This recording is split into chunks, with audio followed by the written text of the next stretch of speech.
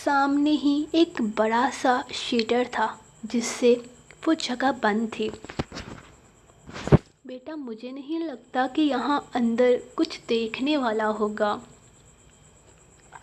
ایسا لگتا ہے جیسے کوئی بیسمنٹ ہے، شاید کوئی تہہ خانہ وغیرہ ہوگا۔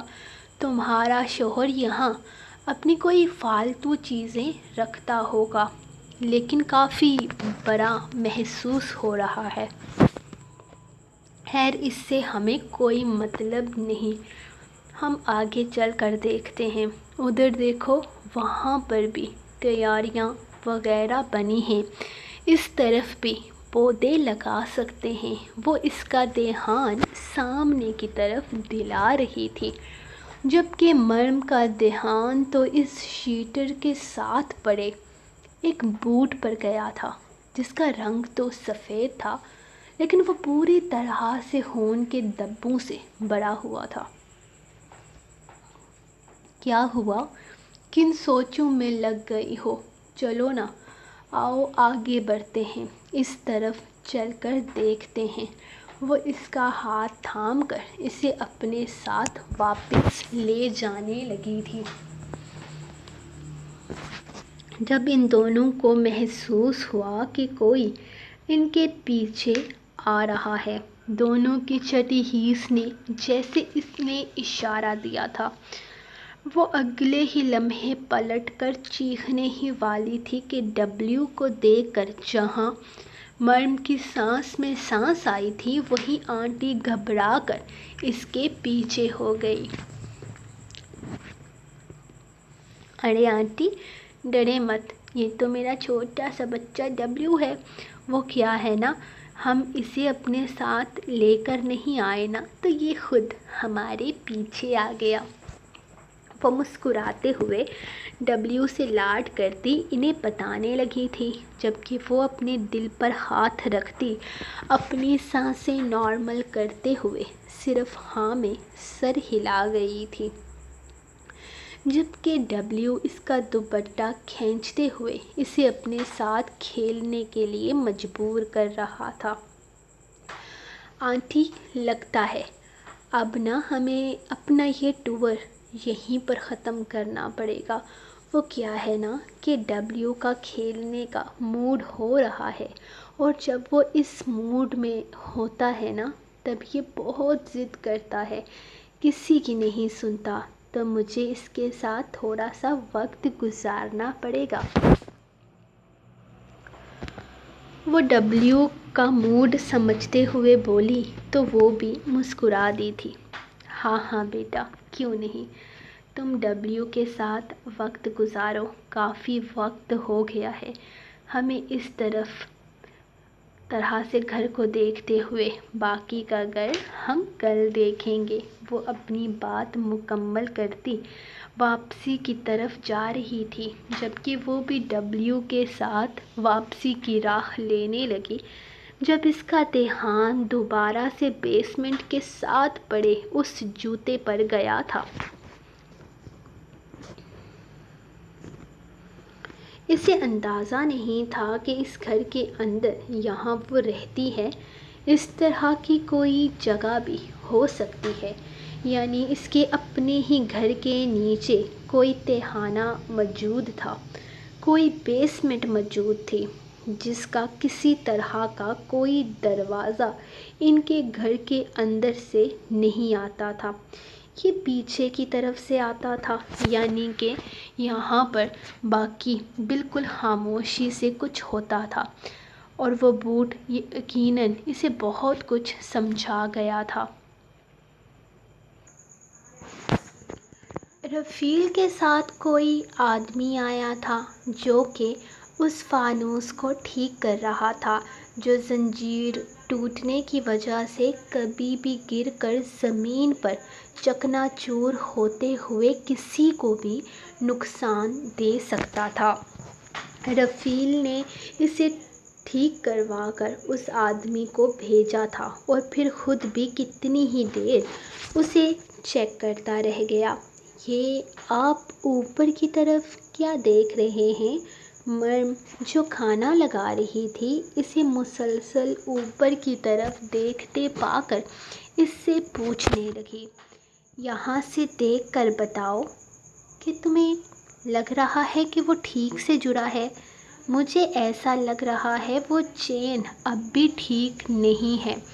وہ پریشانی سے اس سے کہنے لگا تھا، جبکہ مرم نے بھی کافی غور سے اسے دیکھنے کی کوشش کی تھی۔ ارے نہیں نہیں، کہاں سے ڈھیلی لگ رہی ہے آپ کو؟ وہ بالکل ٹھیک ہے۔ آپ سب بیکار میں اتنی ٹینشن لیتے ہیں۔ بالکل ٹھیک سے لگا کر گیا ہے وہ اسے۔ چلے آئیں، آپ کھانا کھا لیں آ کر۔ وہ اس کا دھیان فانوس سے ہٹاتے ہوئے کھانے کی طرف متوجہ کرنے لگی تھی تو وہ کچھ پریشان سا صرف ہاں میں سر ہلاتے ہوئے کرسی گھسیٹ کر کھانا کھانے کے لیے بیٹھ گیا تھا، لیکن پھر بھی اس کا دھیان بار بار فانوس کی چین کی طرف جا رہا تھا جو اسے ابھی تک ڈھیلی محسوس ہو رہی تھی۔ وہ آدمی اپنی طرف سے اسے ٹھیک کر کے ٹائٹ کر گیا تھا، لیکن پھر بھی وہ اب تک شک کی کیفیت میں تھا۔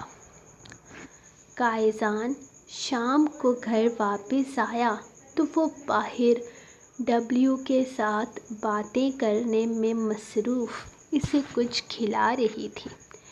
گڈ، یہ چیزیں ہیں ڈبلیو کے کھانے والی، اسے یہی کھانے کے لیے دیا کرو۔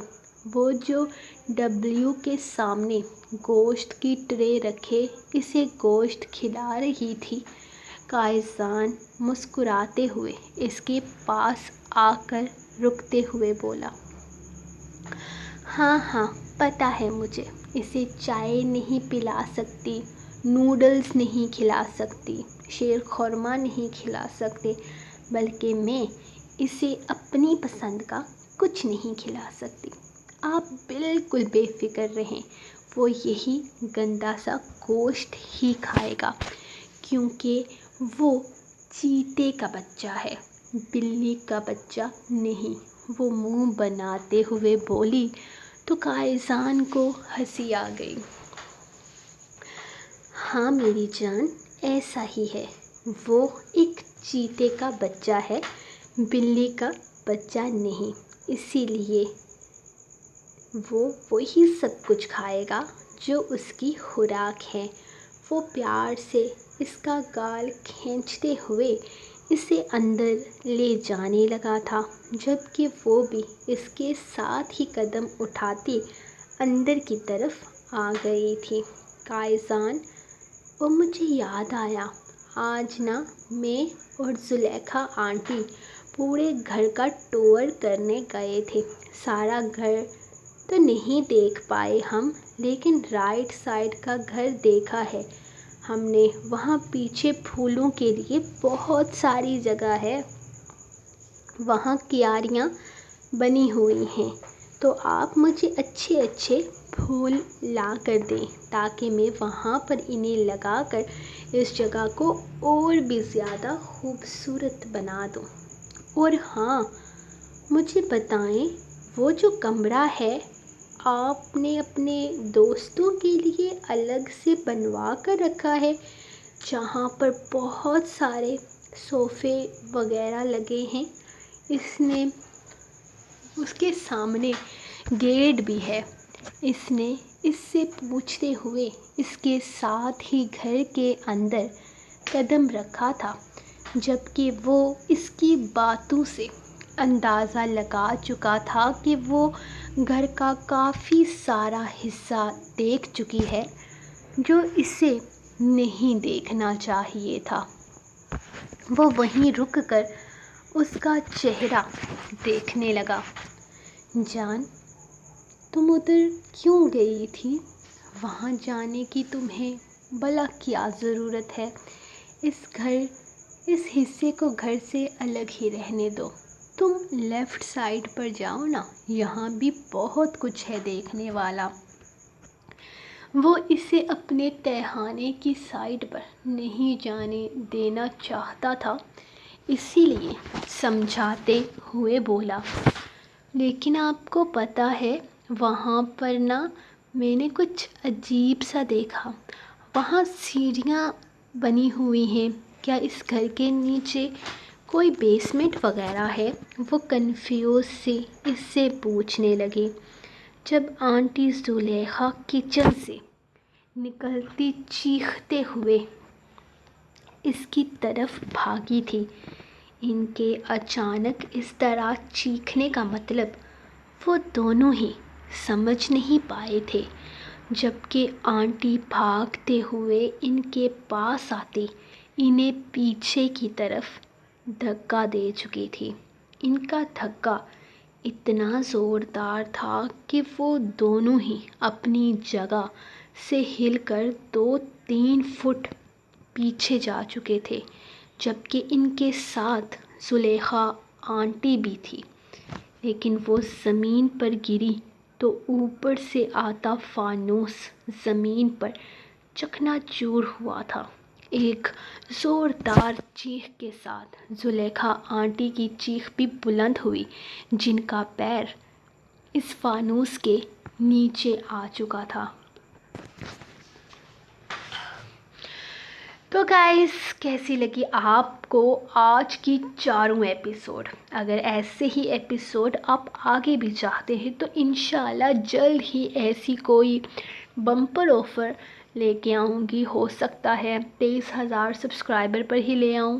آج کی ایپیسوڈ لازمی لائک کر دیجیے گا اور مجھے کامنٹ سیکشن میں بتائیے گا کہ کیسا لگا آپ کو۔ ایک ساتھ 4 قسطیں ریڈ کر کے میں نے کہا تھا میں 12 بجے تک اپلوڈ کروں گی، اور 12:03 ہو گئے، تو 10-12 منٹ تو اپلوڈنگ میں بھی لگ جاتے ہیں، تو میرا ٹائمنگ خراب ہو گیا، کیونکہ میں ذرا باہر چلی گئی تھی۔ وہ کیا ہے نا، میں نے آپ کو بتایا میرا موبائل چارجنگ کا تھوڑا مسئلہ ہو گیا تھا، بہت لو ہو گئی تھی چارجنگ، میں نے سوچا اس کو تھوڑا چارج کر لیتے ہیں، اس کے بعد میں ریکارڈنگ کرنا شروع کروں گی۔ تو یار میری ٹائمنگ گڑبڑ ہوگی، کوئی غلط نہیں، ہو جاتا ہے کبھی کبھی، ٹائمنگ اوپر نیچے ہو جاتی ہے، لیکن پھر بھی میں نے 4 ایپیسوڈ ریکارڈ کر لی۔ مجھے نہیں لگا تھا سچ میں کر پاؤں گی، لیکن میں نے کر لیا یار، اور میں خود پہ بڑے پراؤڈ فیل کر رہی ہوں کہ میں نے کر لی۔ اور انشاءاللہ ایسی آفر ہم جلد ایک دفعہ پھر سے لے کے آئیں گے، 4 ایپیسوڈ۔